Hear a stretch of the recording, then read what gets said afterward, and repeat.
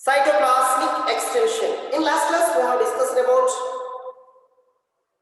soma, pericardium or cell body. Soma or pericardium or cell body. Our next one is cytoplasmic extension. See, the cytoplasmic extension of the cell body is divided into two processes. The cytoplasmic extensions of the cell body is divided into two processes. So two processes. Those are, first one is dendron. Another one is axon. Dendron and axon. So first of all, let us see dendron. So before seeing dendron, here we need to see diagram.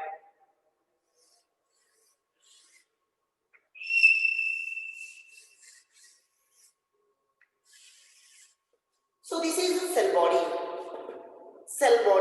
So from the cell body, a cytoplasmic extension. This is cytoplasmic extension. There are two cytoplasmic extensions. These two cytoplasmic extensions. One is called dendron or dendrites.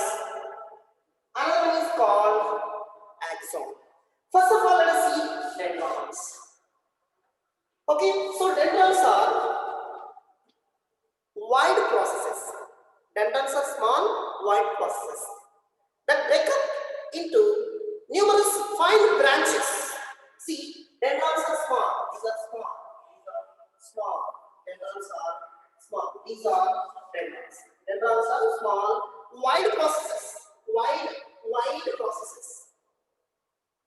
So these are breakups into numerous fine branches, which are breakups into numerous fine branches.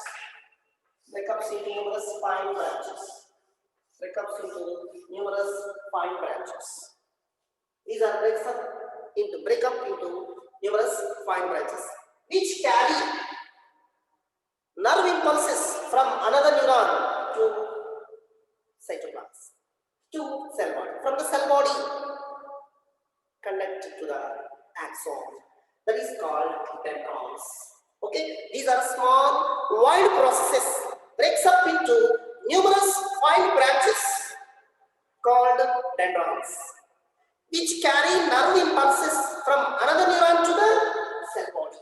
From the cell body to axons. That is called dendrons. Next one is axon. So axon, also called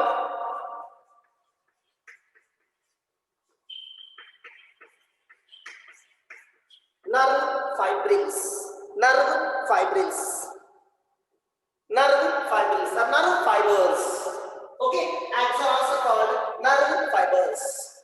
These are long, several meters. These are small, several meters long. These are small, several meters long. Okay, like this, several meters long. Okay, so here, so this is axon. The axon conduct nerve impulse from the cell body to another neuron. See, actually, so in our body, so dendrons, cell body, axon. Next, dendrons, cell body, axon. Next, axon, cell body, dendrites. Information of process: dendrons to cell body to axon, axon to dendrons to cell body to axons, axons to dendrons to cell body to axons, like that continuously from here to barefoot to upside. So the axon conduct means transfer nerve impulse from cell body to another. At the end of the neuron, see, at the end of the axon,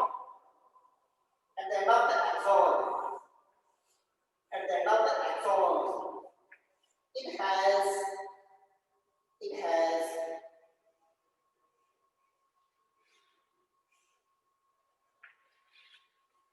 At the end of axon, it has bulb-like structures.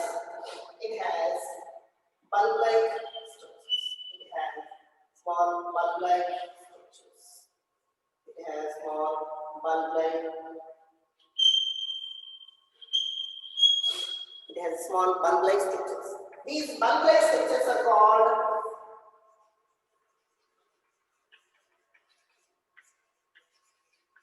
synaptic knob. At the end of the axon, it has numerous bulb-like structures. These bulb-like structures are called synaptic knob. And also neurosecretory. At the end of the axon, it has nerve terminals. The nerve terminals are swollen bulb-like structures. Those swollen bulb-like structures are called synaptic knob. And neurosecretory. Neurosecretory means what? They secrete chemicals. Synaptic knob secretes chemicals. Those chemicals are neurosecretory. They secrete chemicals. What are those chemicals?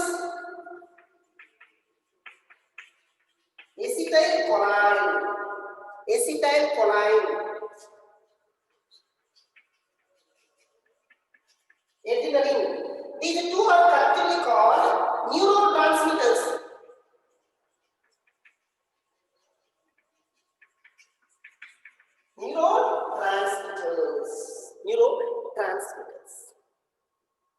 Neurotransmitters. Okay, that's all. So the axon is a small, large tube, several meters long. They means the axon conduct nerve impulse from the cell body to another neuron. Okay, so at the end of the axon, there is a nerve terminals are present. The nerve terminal consists of swollen bug-like structures. These swollen bug-like structures are called synaptic knob. The synaptic knob is neurosecretory. That means it contains specialized cells. Those cells secretes a kind of chemicals. Those chemicals are acetylcholine and adrenaline. These two are collectively called neurotransmitters. Okay, so the information reaches to here. Those neurotransmitters passes that information to next neuron. The axon. This is axon. The axon then is connected to another neuron. The axon which is connected to another neuron is called synapses.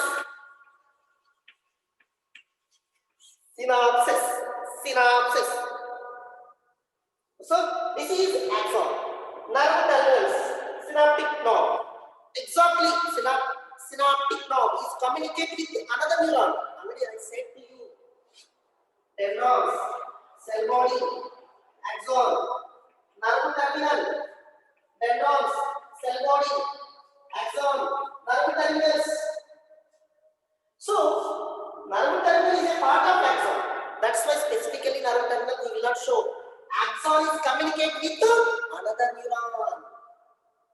Where the one axon is communicated with another neuron, that particular place is called synapses.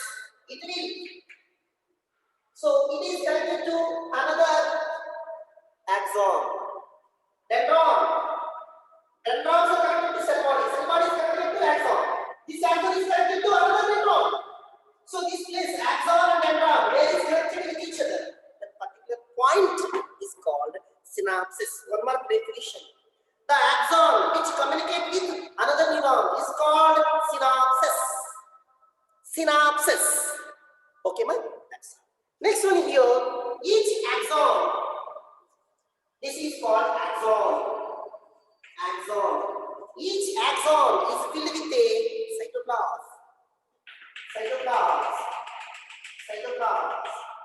So this cytoplasm is filled with an axon. Therefore, it is called axoplasm. is axoplasm. The axon internally the axon is filled with a cytoplasm. The cytoplasm is present within the axon, therefore it is called axoplasm. So this axoplasm is surrounded by a membrane. This axoplasm is surrounded by a membrane. This membrane is called axolemma. Axolemma. This is, I draw it. This part, axoplasm is surrounded by a membrane. That membrane is called axolemma. Okay, that's all. So internally the axon contains numerous mitochondria.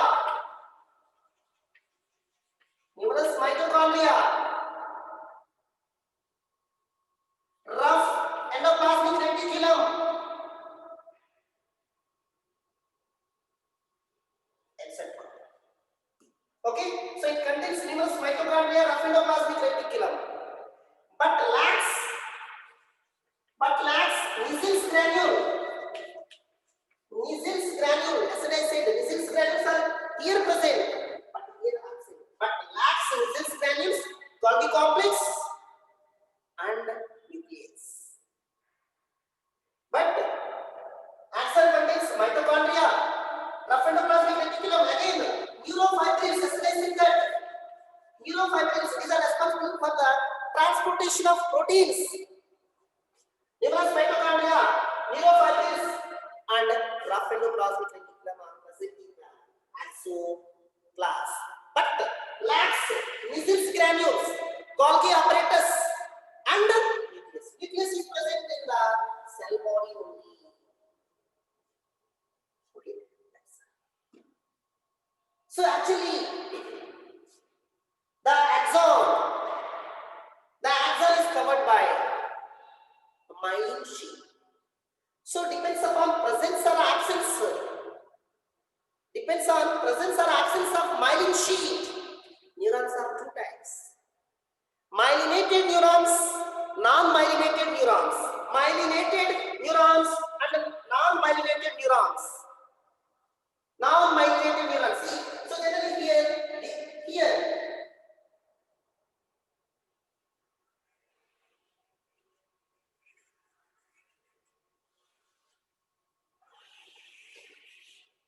This is myelin sheath.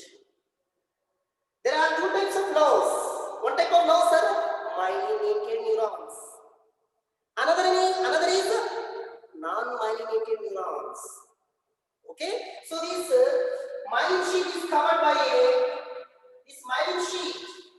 This is called myelin sheath. This myelin sheath is covered by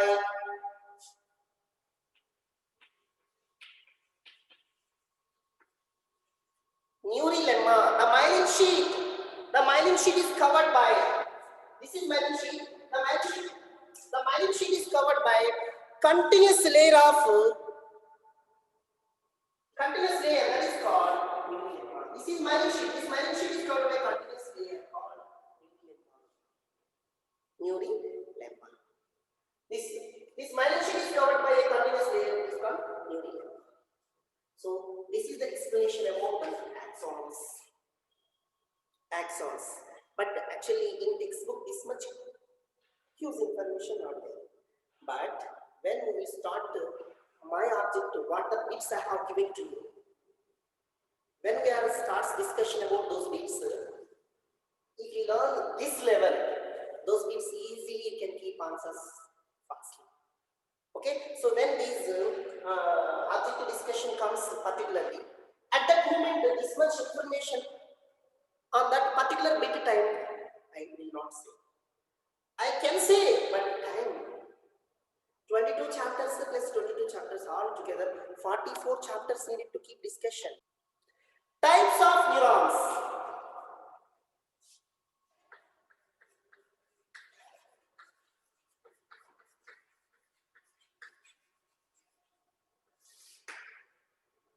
Depending upon the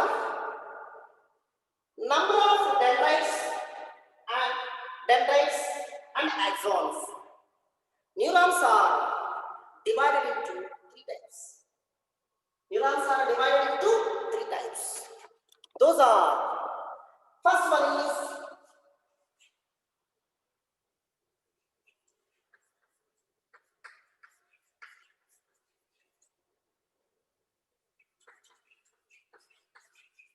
multipolar neurons. First one is multipolar neurons.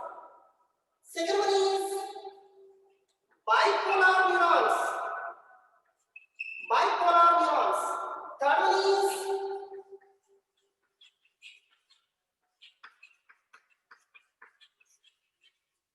pseudo-unipolar neurons. Depending upon the presence or absence of number of dendrites and axons. Depending upon the number of dendrites and axons, neurons are three types. First one is multipolar neurons. So this is called multipolar neuron. It contains the number of dendrites. These are all called dendrites. Number of dendrites and one axon. This kind of neurons are called multipolar neurons. These are commonly found in the cerebral cortex.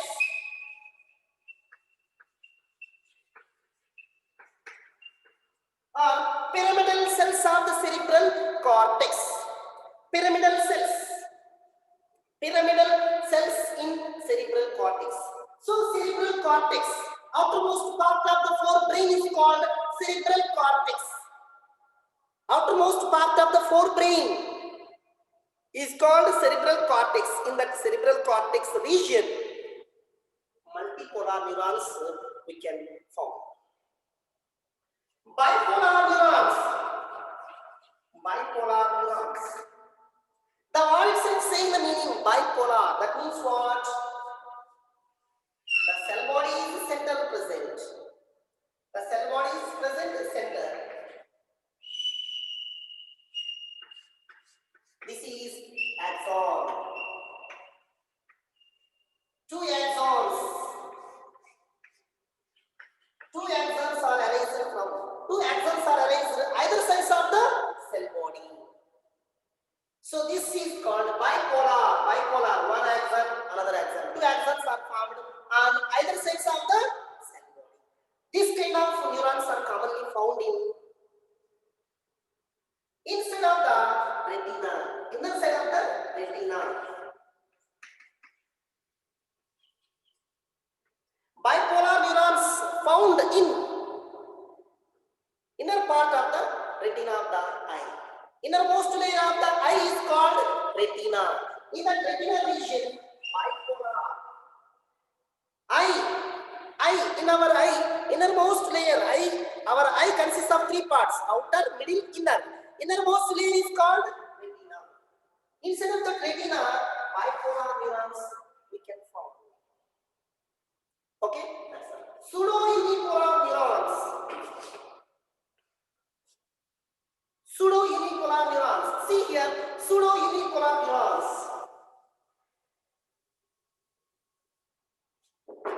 have one long axis of the neuron. Have cell body aside. Have cell body aside. And contains one long axis. Okay, so the cell body has cell body aside. From that, it contains long axon. That is called pseudo-unipolar neurons. Pseudo-unipolar neurons. Here common. It is common. It is common.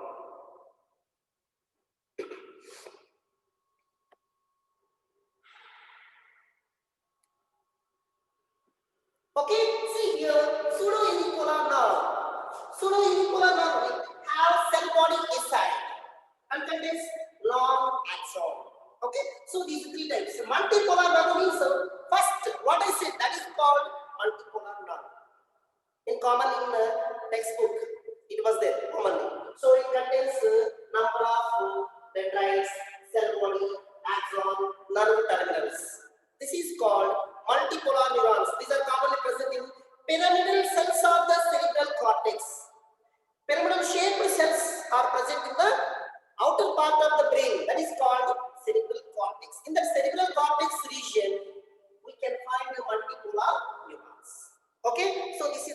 explanation about types of neurons.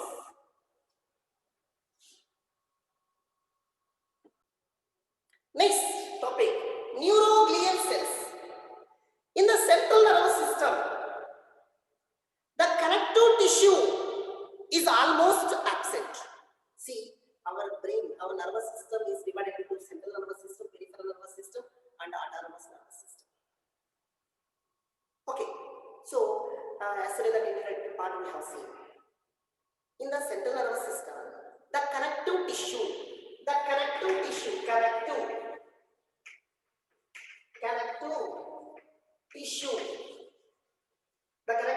means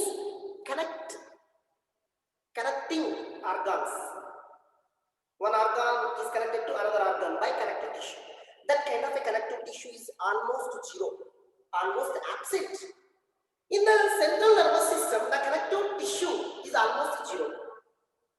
In such cases, whatever may be the role played by the connective tissue, that role is played by another cells. Those cells only called neuroglial cells.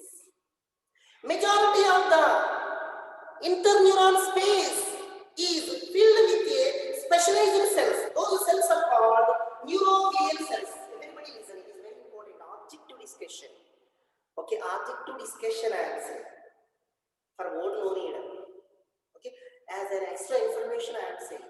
Okay, majority of the interneurons space.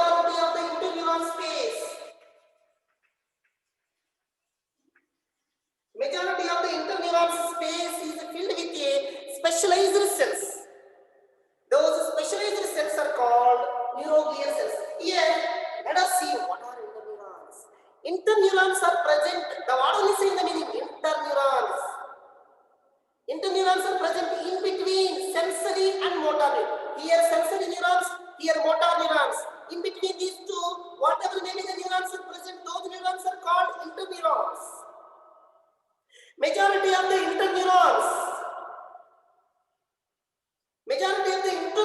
space, see, it is motor neuron, it is sensory, motor neuron, sensory neuron.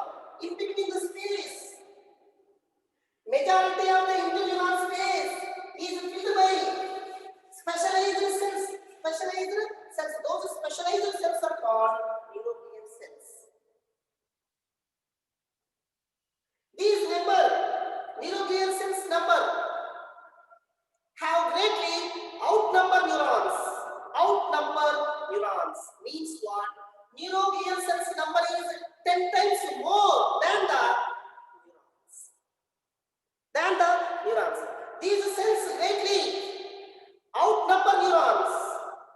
Outnumber neurons means more than 10 times extra than neurons. So, and these play a vital role in our body. Those cells are called neuroglial cells. Okay, so these cells have greatly outnumber neurons. Outnumber means these cells number is 10 times more than our normal neurons. And this will play a vital role in our body. Vital role, key role, important role in our nervous system. That is functions of neuroglial cells. Functions of neuroglial cells. The first function, neuroglial cells also called glue cells. Glue means binding cells. The first function. So they bind the nervous tissue together. They bind the nervous tissue together in between the motor neurons and the sensory neurons. That is the first one. They bind nervous tissue together in between motor neurons and sensory neurons. I said majority of the interneuron space is filled with a specialized cells. So these neural glial cells bind nervous tissue together. Like this, a number of cells bind together. In between motor neurons and sensory neurons. That is the first. Second point, they play a key role in the memory. Our memory play a major role by the neuroglial cells. They play a key role in memory. They play a key role in memory. They play a key role in memory and they play a key role in the memory as they store the information in RNA.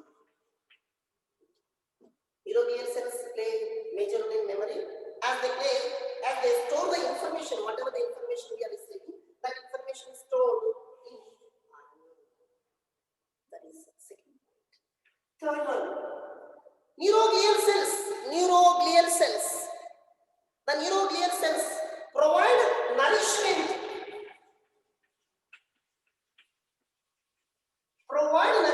to the surrounding neurons. Surrounding neurons, what? Motor neurons and sensory neurons. Nourishment. What is the meaning of nourishment? Nourishment means nutrients. So neuroglial cells contains specialized cells. Those cells are called microglial cells. They are phagocytic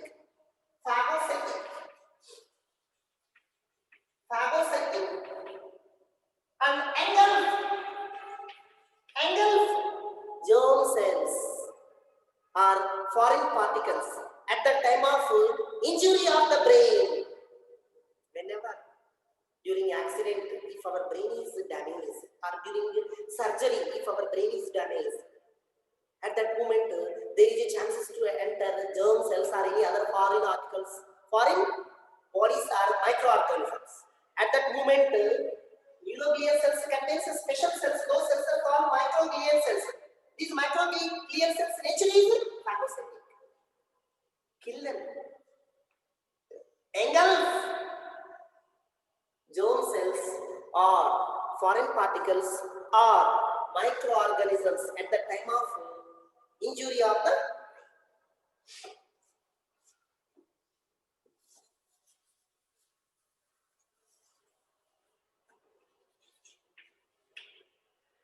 these cells divide and also regenerating. Neuroglial cells are divide and regenerating cells and also repair nervous tissue. If any damage happen to the nervous tissue, neuroglial cells repair. Okay, neuroglial cells can divide and regenerating cells. Regenerating cells means what? Old cells are destroyed and new cells are formed. Regenerating cells divide, regenerating and also repair the nervous tissue. Unfortunately, neuroglial cells are the chief sources of brain tumors. In some of the human beings, in brain tumors are formed. Unfortunately, neuroglial cells are the chief sources of brain tumors.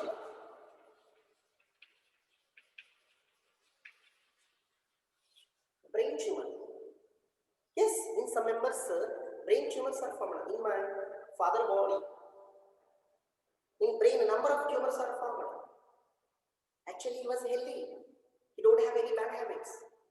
So, these neuroglial cells only, unfortunately, chief sources of tumors in the brain. Those are called brain tumors. You may be asked questions, sir, why, sir? Why and how those tumors are formed? Yes. Divide and regenerating cells. Divide means division, cell division. neuroglial cells are divided. At the time of the division, there is some mutations are occurred. Mutations, wrong in the cell division, wrong mistake happened. If that mistake happened, that mistake leads to brain tumors. We can't do anything. During cell division, when cell division is going on in the central nervous system by neuroglial cells, at that time, mistake happened. Due to that mistake, brain tumors are formed. Okay, that's all. Next one is last and final function.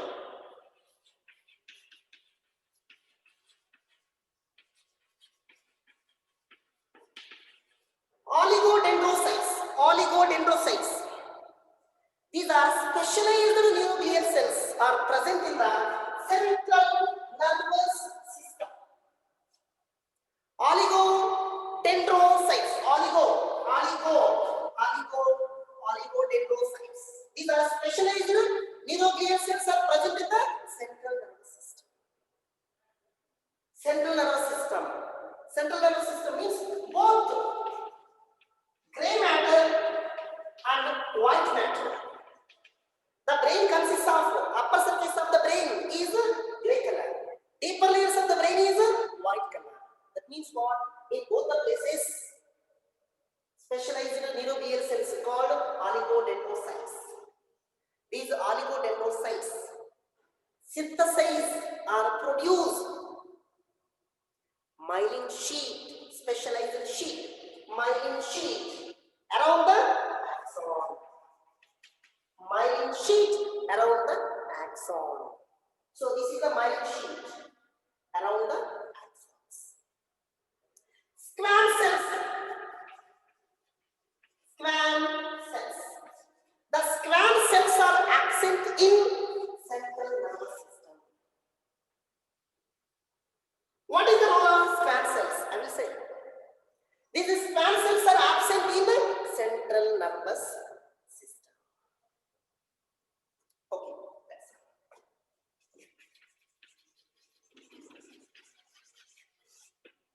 Schwann cells. Schwann cells. The peripheral nervous system contains specialized cells. Those cells synthesizes myelin sheet. Those cells called Schwann cells. These Schwann cells are present in peripheral nervous system, absent in central nervous system. These Schwann cells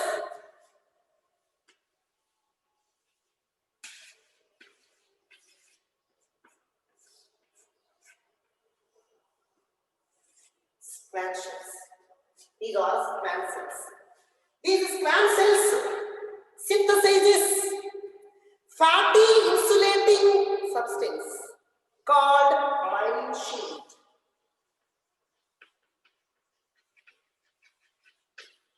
Myelin sheet. Schwann cells synthesizing fatty insulating layer called myelin sheet. Sir, what is the use of myelin sheet? Yes. So this myelin sheet prevents the leakage of nerve impulse through axon. When the nerve impulse passing through the axon, due to thick myelin sheet, it prevents the leakage of nerve impulse. Then it goes straightly to the nerve terminals to another nerve. Okay, so those are called Schwann cells. The Schwann cells are absent in central nervous system, present in peripheral nervous system. These Schwann cells synthesizes specialized insulating fatty substance. This is a fatty substance. So this fatty substance is called myelin sheet. This myelin sheet in some of the neurons are present, in some of the neurons are absent. Already said, neurons are two types. Some types of neurons are myelinated neurons, some types of neurons are non-myelinated neurons. In some of the neurons, myelin sheet is present. In some of the neurons, myelin sheath is absent. Okay, so this is the explanation about cytoplasmic extension. Next, a little topic was remaining regarding neuron. What is that? Structure of a nerve. It's complete structure of nerve. Okay, structure of nerve. That structure of nerve we will see next class. Already I said yesterday, upcoming exam syllabus is what? Upcoming exam syllabus is what? Hello, I am asking you only. Upcoming exam syllabus is what? 17th and 18th chapters. Get ready for it.